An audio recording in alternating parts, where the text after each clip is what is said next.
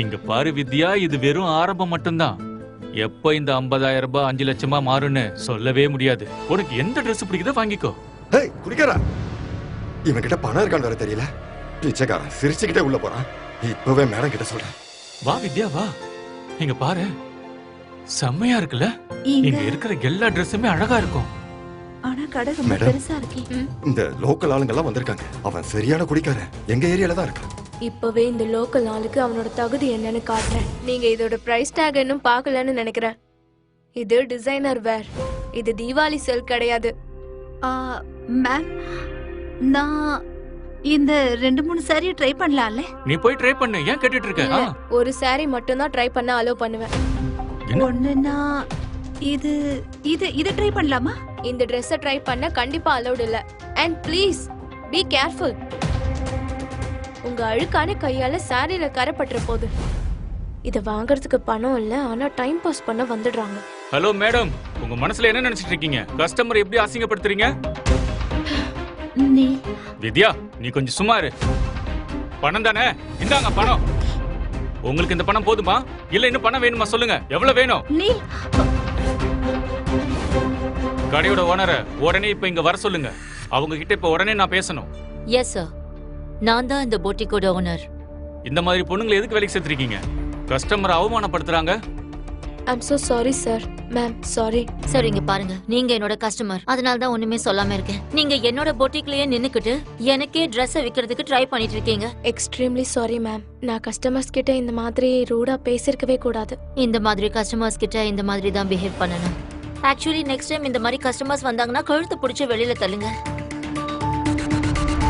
தங்கம் வெள்ளி எல்லாம் நிறம் மாறலாம், ஆனா ஒரு குடும்பத்தோட உண்மையான பாசம் எப்பவும் மாறாது. இதை நான் முன்னாடியே உணர்ந்திருக்கலாம். நரகத்துல இருக்கிற மாதிரி இந்த ஒரு வாழ்க்கை நமக்கு வேண்டாம். நம்ம வாழ்க்கையை நம்ம முடிச்சுக்கலாம். என்ன மன்னிச்சிருங்க, நான் உங்க மேல நிறைய பாசம் வச்சிருக்கேன்.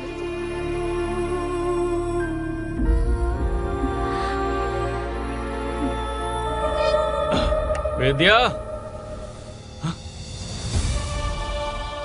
ஹே குணால், வித்யா, ஹே வித்யா, பாப்பா பாப்பா, ஐயோ கடவுளே, நான் என்ன பண்ணுவேன்? சார் சார் ப்ளீஸ் சார் நில்லுங்க சார். என்னை யாரும் தடுக்காதீங்க. என் மனைவி கிட்ட இருந்தும் என் குழந்தைகிட்ட இருந்தும் என்னை யாராலையும் பிரிக்க முடியாது. என்ன மன்னிச்சிடு வித்யா, நான் வந்துடுறேன் செல்லுங்களா. டிம்பிள், குணா, அப்பா உங்ககிட்ட பாரு. சார்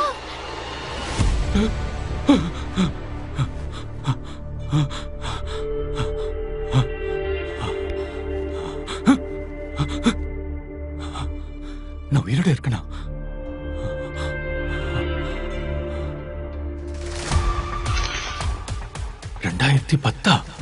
நான் கடந்த காலத்துக்கு எப்படி வந்தேன்? 2022 இருந்து 2010க்கு வந்துட்டேன். எப்படி?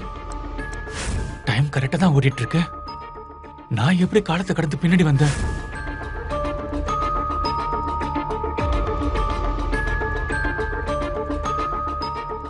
என் குழந்தைங்க உயிரோட இருக்காங்க.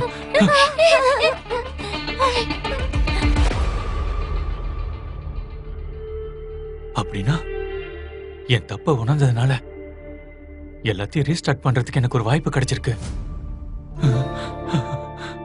டிம்பிள், டிம்பிள், குணால்,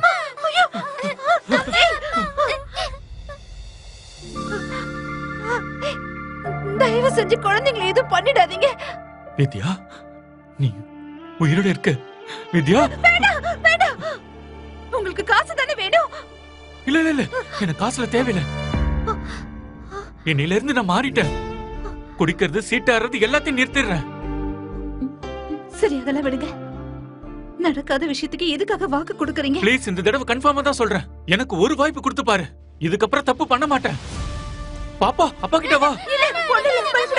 ஒண்ணு இல்லம்மா. எங்கேயாவது பெத்த அப்பாவை பார்த்து குழந்தைங்க பயப்படுவாங்களா? இப்படிப்பட்ட வாழ்க்கையை வாழ்றதுக்கு விஷத்தை குடிச்சு சாகிறதே மேல். வித்யா, இப்படி எல்லாம் சொல்லாது.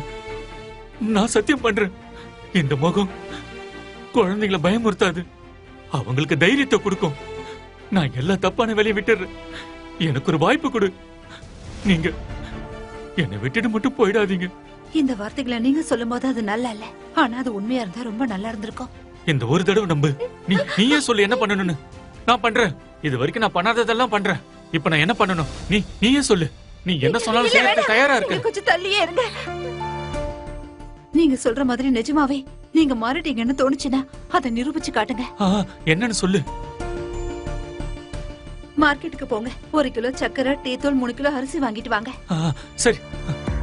இங்க பாருங்க, இந்த காசை வச்சு நீங்க பொருட்கள் வாங்காம சாராயம் குடிச்சிட்டு வந்தீங்கன்னா அப்புறம் நானும் பசங்க. இல்ல அப்படிலாம் எதுவும் நடக்காது. நான் உடனே வாங்கிட்டு வரேன். நீல், அட என்னப்பா நீ இங்க இருக்கியா? உன்னை பார்த்து எவ்வளவு நாளாச்சு. டேய், கையில காசெல்லாம் வச்சிருக்க? ஆமா, அது வந்து கடைக்கு. வா வா வா, நம்ம 2 பேரும் சேர்ந்து சரக்கு அடிச்சு ஜாலியா இருக்கலாம். நீலு வா. நீலு இல்ல, எனக்கு வேலை இருக்கு. அட நோ, இதெல்லாம் என்னது Suraj? Puff sleeve, boat neck, இதெல்லாம் நான் பல வருஷமா பார்த்துட்டு தான் இருக்கேன். இதுல புதுசா என்ன இருக்கு? மேம், நீங்க கடந்த 2 மாசமா எல்லா காஸ்டியூம் டிசைனர்ஸோட டிசைன்ஸையும் ரிஜெக்ட் பண்றீங்க. டாப் டிசைனர்ஸோட டிசைன் ரெஃபரன்ஸ் கூட உங்களுக்கு பிடிக்கல. போரிங், எல்லாமே போரிங் தான். உங்களுக்கே தெரியும்ல என்னோட அடுத்த film fashion and costume related ஆனதுன்னு. I need some new talent. நான் தேடி கண்டுபிடிக்கிறேன் மேடம். உங்களுக்கு எப்படிப்பட்ட டிசைனர் வேணும்னு சொல்லுங்க மேடம். அது எப்படின்னா, அவங்களோட ஒர்க்கிங் ஸ்டைல் பழசா இருக்கணும், பட் திங்கிங் புதுசா இருக்கணும். கண்டிப்பா யாராவது நியூ ஸ்டைல்ல எனக்கு பிடிச்ச மாதிரி டிசைன் பண்ணுவாங்கல்ல.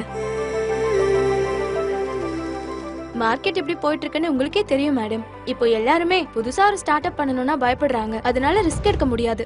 நாம ரிஸ்க் எடுக்கலாம். அப்புறம் சோனல், நீ ஃபேஷன் இன்ஸ்டிடியூட்ல தேடுறதை நிறுத்து. பெரிய டிசைனர்ஸ் பெரிய ஆபீஸ்ல தான் இருப்பாங்கன்னு எந்த புக்ல எழுதிருக்கு? உண்மையான டேலண்ட் இந்த ஊரோட ஏதோ ஒரு மூலையில இருந்து ஒரு சின்ன ரூம்ல இருந்து வெளியே வர துடிச்சிட்டு இருக்கலாம். அதுக்கு ஒரு வாய்ப்பு தான் வேணும். அண்ணா ராகேஷ் அண்ணா, எப்படி இருக்கீங்க? என்ன முன்னா, உனக்கு வேலை கிடைச்சதா இல்லையா? வா வா, இந்த குடிகாரன் கிட்ட மாட்ட வேணாம். பசங்களா, இங்க பாருங்க, நான் உங்களுக்காக என்ன கொண்டு வந்திருக்கேன்னு. இந்த டிஃபனை சாப்பிடுங்க. அம்மா, இப்ப நீங்க எதுக்காக டிஃபன் எல்லாம் கொண்டு வந்திருக்கீங்க? இவங்க இப்பதான் சாப்பிட்டாங்க. ராத்திரி சுட்ட காஞ்சு போன ரொட்டிய மறுபடியும் சூடுபடுத்தி குடுக்கற அப்படின்னு என்கிட்ட வந்து சொல்றா. இந்த பசங்களா, இத சாப்பிடுங்க. வந்து உட்காருங்கம்மா. அந்த குடிக்கிறன் தானே உன்னை அடிச்சான்? இல்லம்மா, இது பழைய காயம். வீட்டுக்கு தேவையான பொருட்கள்லாம் வாங்கிட்டு வரேன்னு போயிருக்காரு. இதுக்கப்புறம் குடிக்கவே மாட்டேன்னு சொல்லிருக்காரு. அது உண்மையா இருக்கணும்னு வேண்டிக்கிறேன். 3 கிலோ சாப்பாட்டு அரிசி, டீ தூள், அப்புறம் சக்கரை. இந்த எல்லா பொருளையும் இந்த பணத்தை வச்சு எப்படி வாங்க முடியும்? கண்டிப்பா இன்னும் கொஞ்சம் பணத்தை ரெடி பண்ணியே ஆகணும். என்ன பண்ணலாம்? இது ராஜன் தானே? பேசாம அவனை ஃப்ரெண்ட் ஆக்கிக்கலாம். அவன்கிட்ட கண்டிப்பா ஏதாவது ஒரு வேலை இருக்கும். எல்லாரும் சொல்லுவாங்கல்ல, தேவைப்படும் போது கழுதைய கூட ஃப்ரெண்ட் ஆக்கிக்கலான்னு. என்னைக்கு அந்த குடிகார பைய திருந்துறானோ அன்னைக்கே கோபாலோட வண்டி மேல ஏறி நான் டான்ஸ் ஆடுறேன். சரியா? நீ நான் சொல்றத கேக்குறியா? நீ சுரேந்திர கல்யாணம் பண்ணிக்க. அவனுக்கு சொந்தமா சலூன் இருக்கு. அதனால அவன் நிறைய பணம் சம்பாதிக்கிறான். உன்னை எப்பவும் சந்தோஷமா வச்சுக்குவான். இல்லம்மா, என்னால அது முடியாது. உன்கிட்ட நான் எதையும் கேட்க விரும்பல. இன்னைக்கு அந்த சுரேந்திர போய் சந்திக்கிறேன். அம்மா, இவர் பொருள்லாம் வாங்கிட்டு வந்துடுவாரா? இல்ல அந்த பணத்தை வச்சு குடிச்சிட்டு சீட்டாடு போயிடுவாரா? ராஜன் அண்ணா, யாரா அது? யாரா நீ? என்ன யாருன்னு தெரியலையா? நாம சின்ன வயசுல ஒரே பஸ்ல போனோம்ல, 403ஆம் நம்பர் பஸ் ஸ்கூலுக்கு. நீ கைகோட ஏரியா பையன்? அதேதான். சவரி ஏறி குதிப்பமே. பிங்கிய கூட கரெக்ட் பண்ணீங்க. ஏய், எங்க போற நீ? வெயிட் பண்ணு. ஏய் ஊர்மிளா, ஓ சாரி சாந்தினி, நாளைக்கு நம்ம இங்க மீட் பண்ணலாம். ஏய், இதே துடிப்ப நிறுத்திராத. ராஜன் அண்ணா, நான் சொல்றது கொஞ்சம் கேளுங்களேன். நான் என்ன கேள்விப்பட்டேன்னா, உங்க பிசினஸ்ல நல்லா போயிட்டு இருக்காம. நான் என்ன சொல்றேன்னா, என்ன வேலைக்கு சேர்த்துக்குங்க. நம்ம 2 பேரும் சேர்ந்து நல்லா பிசினஸ் பண்ணலாம். முதல்ல நான் என்ன பண்றேன்னு தெரியுமா? நான் திருட்டு பொருள்லாம் விக்கிறவன். அது உன்னால முடியாது. என்னன்னு இப்படி சொல்றீங்க? திருட்டுல என்ன மிஞ்ச ஆளே இல்ல. ஆனா உங்களுக்கு உண்மையா இருப்பேன். உங்களோட பொருளை உண்மையா வித்து கொடுப்பேன். ஏன்னா இனிமே என் குடும்பத்தை நான் ரொம்ப பத்திரமா பாத்துக்கணும். உங்களுக்கு ஓகே தானே? அப்படின்னு விக்கிறதுக்கு ரெடியா? ஃபேக்டரியில இருந்து திருடின பொருள், சோப்பு சீப்பெல்லாம் விக்கணும். இப்படி எதுவா இருந்தாலும் விக்கணும். ராஜன் அண்ணா, அது எல்லாத்தையும் வித்தா எவ்வளவு கிடைக்கும்? 500 எனக்கு, இது எவ்வளவு இருந்தாலும் உனக்கு. அதெல்லாம் சரி, எங்க விப்ப? அங்க. தள்ளுபடி தள்ளுபடி தள்ளுபடி, எந்த பொருளை எடுத்தாலும் தள்ளுபடி. Buy 2 get 1 free. இவன் வேகத்தை பார்த்தா எல்லாத்தையும் வித்துருவான் போல இருக்கே. சரிஞ்சிடுச்சு சரிஞ்சிடுச்சு சரிஞ்சிடுச்சு, வானத்துல இருந்த விலை தர வரைக்கும் சரிஞ்சிடுச்சு. Buy 2 get 1 free. 2 சோப்பு வாங்குனீங்கன்னா ஒரு டவல் ஃப்ரீ. வாங்கக்கா வாங்க, வந்து பாருங்க, பாத்துக்கிட்டே நிக்காதீங்க, எடுத்துக்குங்க. வாசனை பிரமாதமா இருக்கும், ரொம்ப அருமையான சோப்பு. 2 சோப்பு வாங்குனீங்கன்னா ஒரு டவல் ஃப்ரீ. குளிக்கிறதுக்கு சோப்பு, துடைக்கிறதுக்கு டவல். நீங்க 5 சோப்பு எடுத்தீங்கன்னா வெறும் 100 ரூபாய் தான். 100 ரூபாய்க்கு வாங்கினா 2 டவல் ஃப்ரீ. இதை தொட்டு பாருங்கக்கா, எவ்வளவு சாஃப்டா இருக்குன்னு. ஆமா, ரொம்ப சாஃப்டா இருக்குல்ல? அப்ப இப்பயே வாங்கிக்கங்க, நாளைக்கு ஆஃபர் கிடையாது. ஏன்னா இன்னைக்கு எல்லா பொருளும் வித்துரும். அதனாலதான் சொல்றேன், எல்லாரும் வாங்க வாங்க, கம்மியான வேலை தான், வந்து வாங்கிக்கங்க. வாய்ப்பை தவற விடாதீங்க, வந்து வாங்கிக்கங்க. அக்கா இந்தாங்க, புடிங்க புடிங்க, 5 சோப்பு 100, 5 சோப்பு 100. வாங்க வாங்க வாங்க.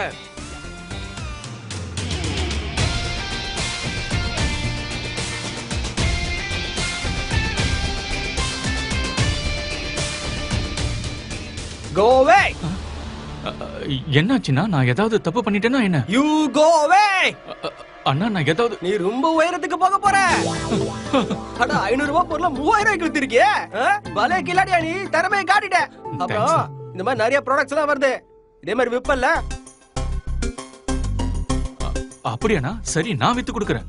உனக்குள்ள இந்த ஃபயர் இருக்குல்ல, அது உன்னை பெரிய உயரத்துக்கு கொண்டு போக போகுது. அண்ணா, இது உங்க பங்கு. சமாளு பாய்மா. கை நிறைய பணம் இருக்கு. இந்த பணத்துல வச்சு குழந்தைங்களுக்கும் வித்யாவுக்கும் வயிறு நிறைய சாப்பாடு வாங்கி கொடுக்கணும். வீட்டுக்கு தேவையான எல்லா பொருளும் வாங்கலாம். அப்புறம் குழந்தைங்களுக்கு தேவையான ஷூ, ட்ரெஸ் எல்லாத்தையும் வாங்கிடலாம்.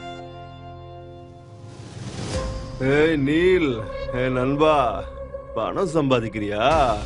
அதுக்காக நான் இன்னைக்கு உனக்கு பார்ட்டி கொடுக்கறேன். இந்தா புடி.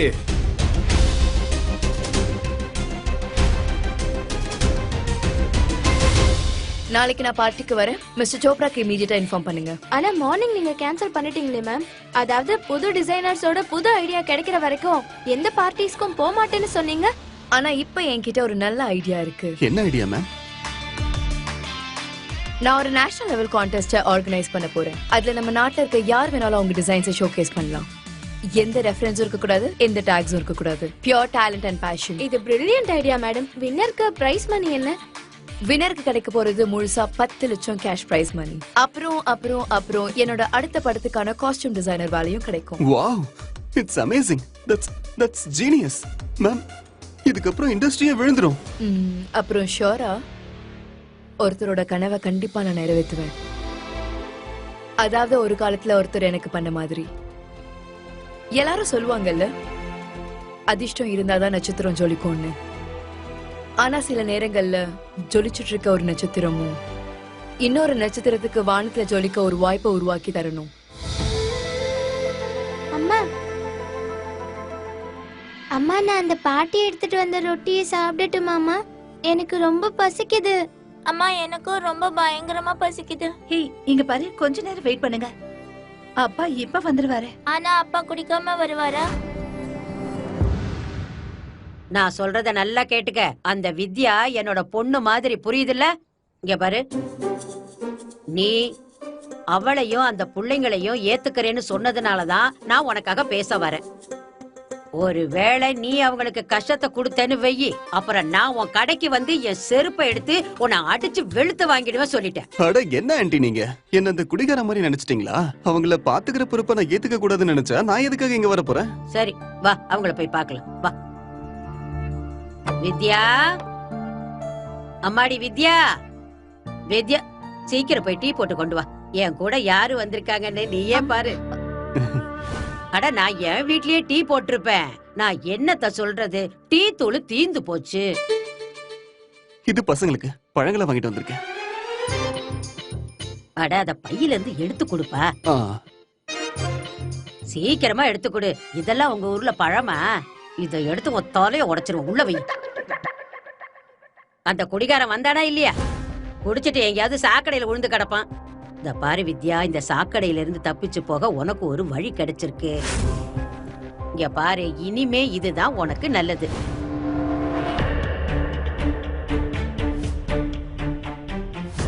அம்மா, அப்பா வந்துட்டாரு.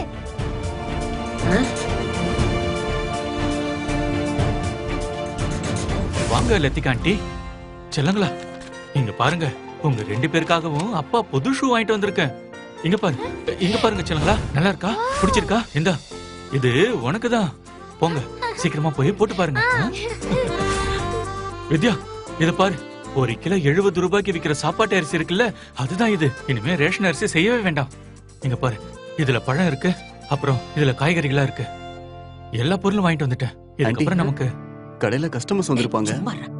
இன்னைக்கு சூதாட்டத்துல பணத்தை ஜெயிச்சிட்டு வந்திருக்கான், நாளைக்கு தோத்துருவான், மறுபடியும் பிள்ளைங்கள பட்னி போட்டுருவான், பொண்டாட்டி பிள்ளைங்கள அடிப்பான். அதானே? அட கடவுளே, இவங்கள நான் சுத்தமா மறந்தே போயிட்டேனே. இல்ல ஆண்டி, இல்ல, இனியோட எல்லாமே முடிஞ்சது. நான் குடிக்க மாட்டேன், சீட்டு விளையாட மாட்டேன், இதுக்கப்புறம் இவளை நான் அடிக்கவும் மாட்டேன்.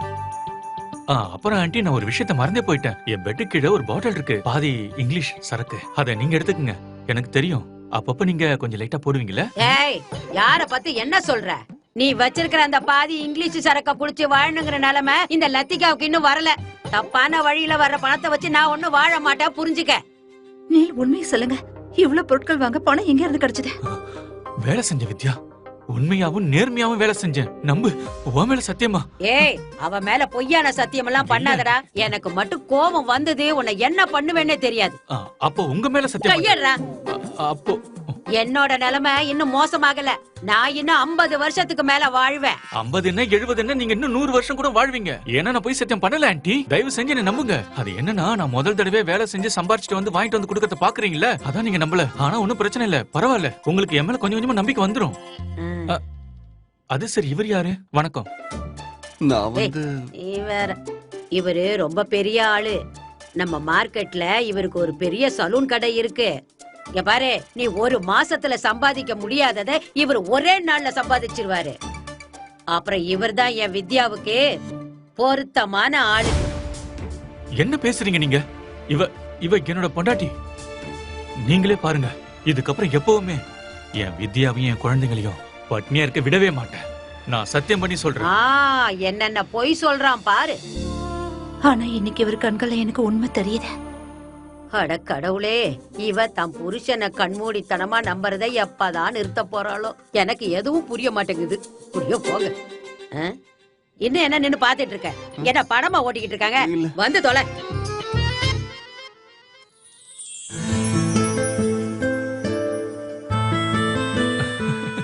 ஹே வித்யா, நீ போய் உட்காருமா. ஏ செல்லங்களா, இன்னைக்கு அப்பா தான் சமைச்சு கொடுக்க போறேன். ஓகே?